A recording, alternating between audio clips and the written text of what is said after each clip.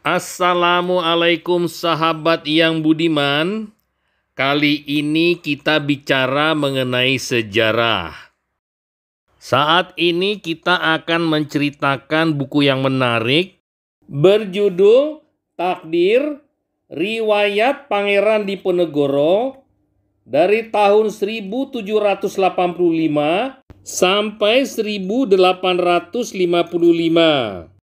Karangan Peter Carey. Hubungan dengan Keraton Yogyakarta. Kehusukan Diponegoro dalam menjalani perilaku keagamaan dan dalam melakukan olah spiritual melalui semadi berkala dan meditasi harian jelas menyebabkan ketegangan pada hubungannya dengan Raja dan Keraton Yogyakarta. Menurut pengakuannya, Pangeran Diponegoro sendiri, ia jarang menghadiri audiensi keraton dan hanya datang ke Yogyakarta untuk menghadiri upacara garebek 3 kali dalam setahun untuk merayakan hari kelahiran Nabi Muhammad atau Maulud, serta pada setiap hari Lebaran, Idul Fitri dan Idul Adha. Diponegoro menggambarkan kehadirannya dalam upacara garebek sebagai suatu dosa besar tanda kutip. Mungkin karena garebek itu lebih bernuansa Jawa daripada Islam. Tetapi ia memaksa diri untuk ambil bagian karena takut kepada kakeknya Sultan Hamengkubuwono II dan kepada ayahnya sang putra mahkota. Ia juga bercerita bagaimana ia datang ke ibu kota pada kesempatan khusus itu, seperti pada tanggal 3 September 1805, ketika ia menerima nama dewasa dan gelar Raden Ontowiryo pada usia 20 tahun Jawa.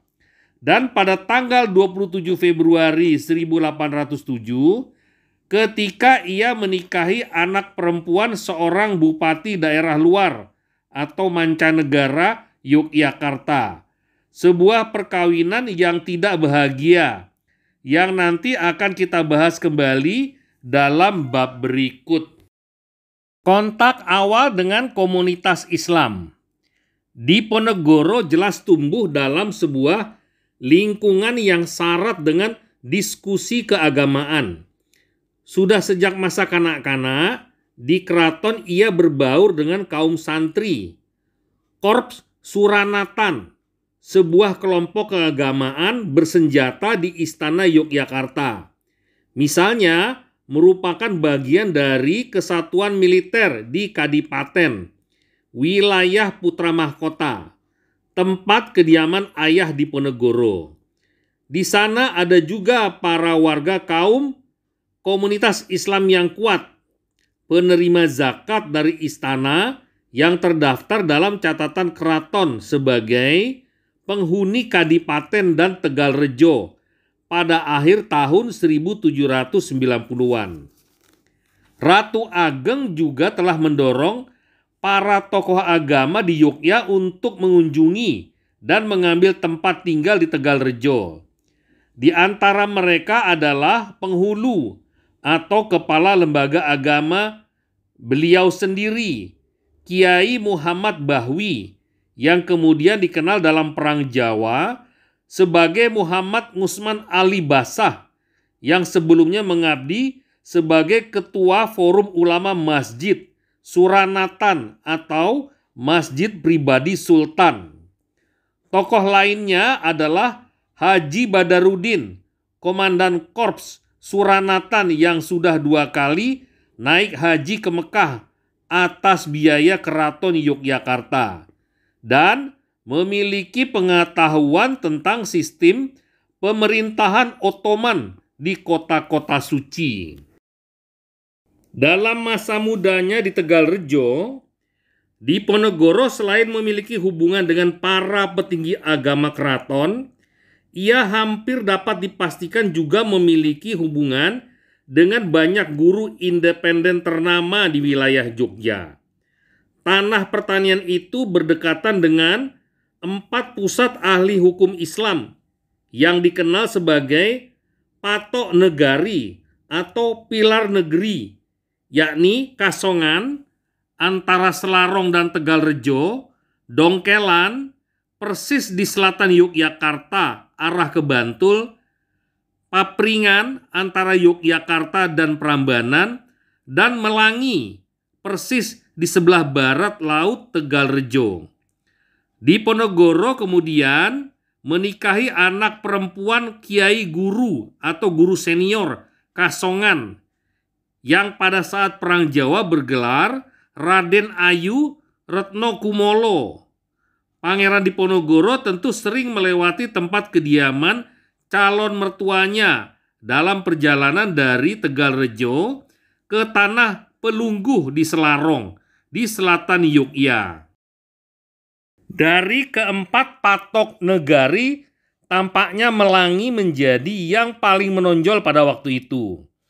Letaknya hanya 3 km dari Tegalrejo, dan tanahnya adalah bagian dari warisan atau tanah Tioso, keluarga Danurejan, yang berkerabat dekat dengan Diponegoro. Mereka menempatkan seorang guru agama di Melangi yang mengabdi sebagai penasihat spiritual para anggota komunitas Keraton Yogyakarta. Satu dari para guru ini adalah Kiai Taptojani yang keluarganya mungkin berasal dari Sumatera. Ia mendapat pengakuan lokal yang besar sebagai ahli dan penerjemah teks-teks Islam yang sulit, dan Diponegoro sangat menghormatinya. Pangeran menerima anak-anak laki-lakinya bekerja padanya dalam masa perang dan menjamin patok negari Melangi terhindar dari kerusakan selama Perang Jawa. Digambarkan sebagai seorang ulama terpandang, Kiai Taptojani dikatakan sudah berusia 90 tahun ketika ia menjadi mediator dalam negosiasi-negosiasi pertama antara Belanda dan penasihat utama untuk urusan agama Diponegoro, Kiai Mojo, pada bulan Oktober tahun 1826. Dalam Babad Diponegoro versi Surakarta, ada suatu uraian kecil di mana Taptojani digambarkan pernah mengunjungi Diponegoro pada suatu malam ketika semua kepala ulama dari daerah bebas pajak atau perdikan memberinya nasihat. Sudah waktunya bagi Ratu Adil untuk menyatakan diri dan memulai perang suci atau perang Sabil.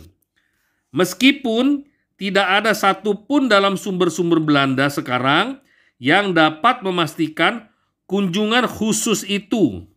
Hubungan yang dipelihara Diponegoro dengan keluarga Taptojani selama babak awal perang adalah penting sekali.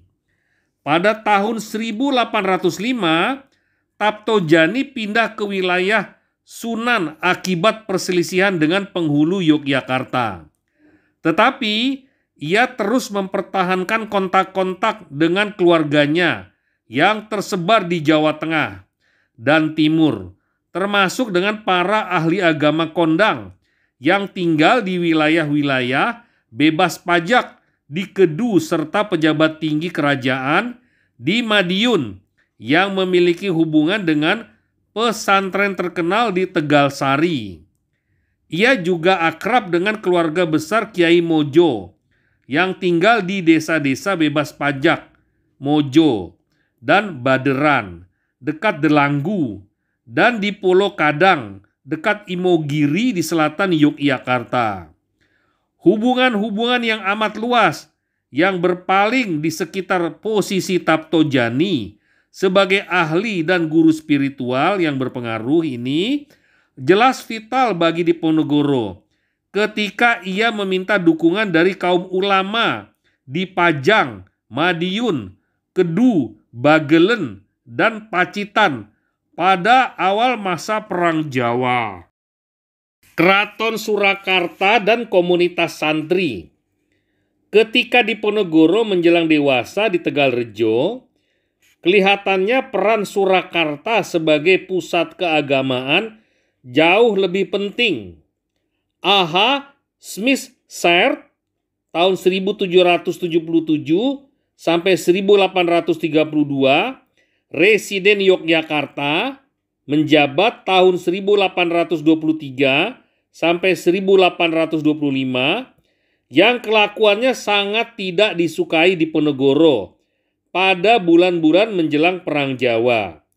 Belakangan mengatakan bahwa ada lebih banyak lagi pangeran di Surakarta daripada di Yogyakarta yang dikenal oleh para pejabat Belanda sebagai fanatik dalam mengamalkan kewajiban-kewajiban agama mereka.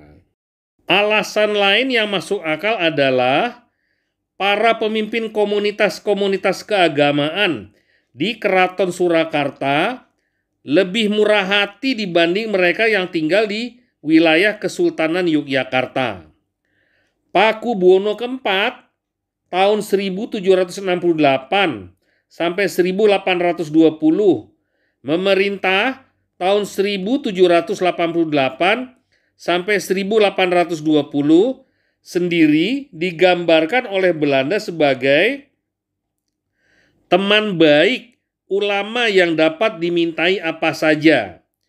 Upacara-upacara garbek mulut dan garbek puasa telah menarik para haji, warga kaum, dan warga perdikan dari seluruh Jawa untuk datang ke ibu kota Kasunanan. Ini tidak terjadi di Yogyakarta, di mana upacara garbek hanya menarik perhatian para santri dari lingkungan yang berdekatan saja. Kemurahan hati Sunan dibanding Sultan dalam membiayai pesta-pesta keagamaan mungkin lebih berperan di sini. Bukan hanya Sunan yang mendapat reputasi karena kemurahan hatinya. Adik Sunan, Pangeran Buminoto, digambarkan dalam catatan Belanda sebagai seorang yang kurus tinggi dengan tabiat resmi. Juga dikenal karena kedermawanannya dalam membantu guru-guru agama, di antaranya Kiai Mojo. Kita lihat dulu catatan kaki Kiai Mojo 1792 sampai 1849. Merupakan penasihat utama Diponegoro dalam bidang agama selama masa Perang Jawa.